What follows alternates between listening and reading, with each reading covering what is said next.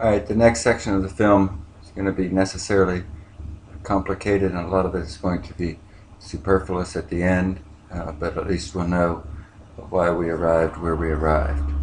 I want to just cover the various alterations at the ceiling level, different things that I tried, and wanted to see how they felt in the space with regard to creating some sort of balance at the ceiling level. We left the last film with this, me saying that I wondered if this just didn't look too much like all of this as an addition, and whether or not something couldn't be done at the ceiling to mitigate that. So having a look at the floor plan, as you know, these are the existing soffits. This one was absolutely required. Whether those two are or not is, I don't know, but for now let's assume that those are in place, having gone through all the exercises associated with those. So just backing some of this stuff out so that you can see what's happening. This is the one skylight that we had talked about. This is a smaller skylight. At least this is the opening at the ceiling level. And this represents the island area.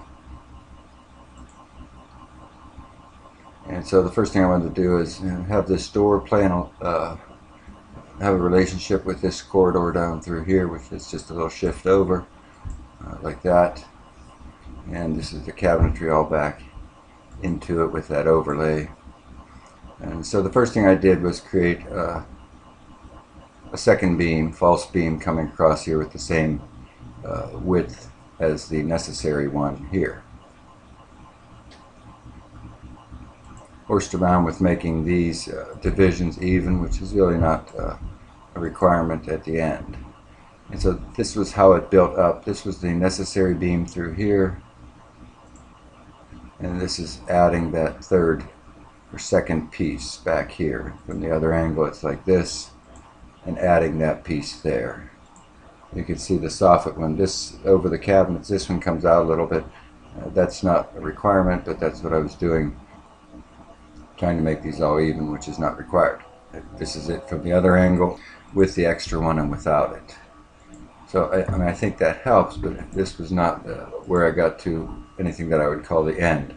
There it is with it and without it. And you know, were this skylight in here, perhaps this beam is just left in place, the skylight is put in here, maybe it's that whole arrangement with the shelf, etc. Maybe it's something smaller that's just between these margins, and maybe there is some sort of a situation at this ceiling. Some of these people like these big things that hang down with pots and this sort of thing, and lighting, etc. So maybe there's a balance that could be created that way.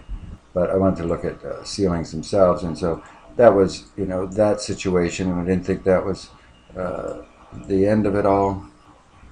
And so next I wanted to see about creating even more what ended up being busyness at the ceiling, but I wanted to put some cross members, since this still looked long and unbalanced in that sense. So I've added some cross members again with that same 9 3/4 inch finished dimension. The issue, one of the first issues that comes up, is these have to be balanced off of the sink in some even fashion, since that's if we dedicate ourselves to a symmetrical facade on this exposure here.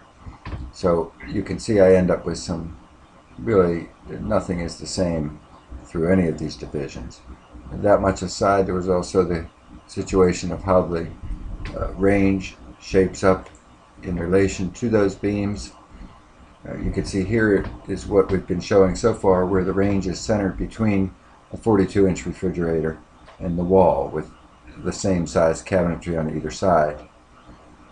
And it doesn't have a relationship with that beam. Whether that matters or not, I don't know. In any case, at the end, I don't think it does, because I don't settle on this as a satisfactory ending. But I did go through the exercise, and so this was, you know, the alternatives is, there it is in its normal, or what we've been showing thus far.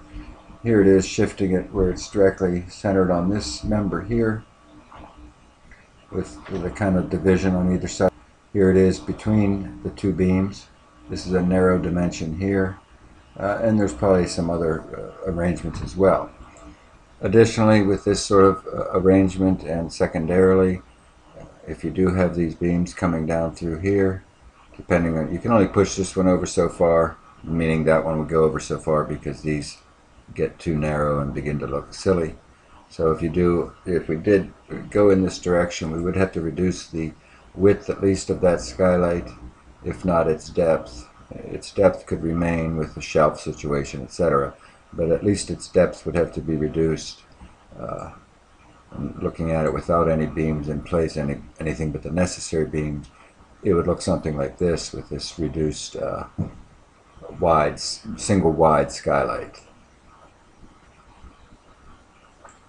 While for a number of reasons I didn't particularly care for this end result, not least of which being the unbalance between here and here, I nevertheless did run through with what does this range look like in various relationships with the beam. First of all, centered on the beam is something like this. You have those kind of measurements on either side of it, or pulled right to its margin.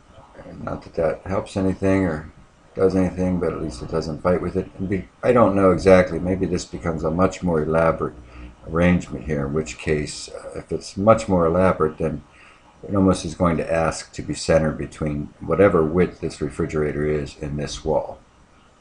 But I ran through those, and this arrived me at really what I feel is, if we're going to do additional ceiling work, this arrives me at really what I feel is the ideal end result.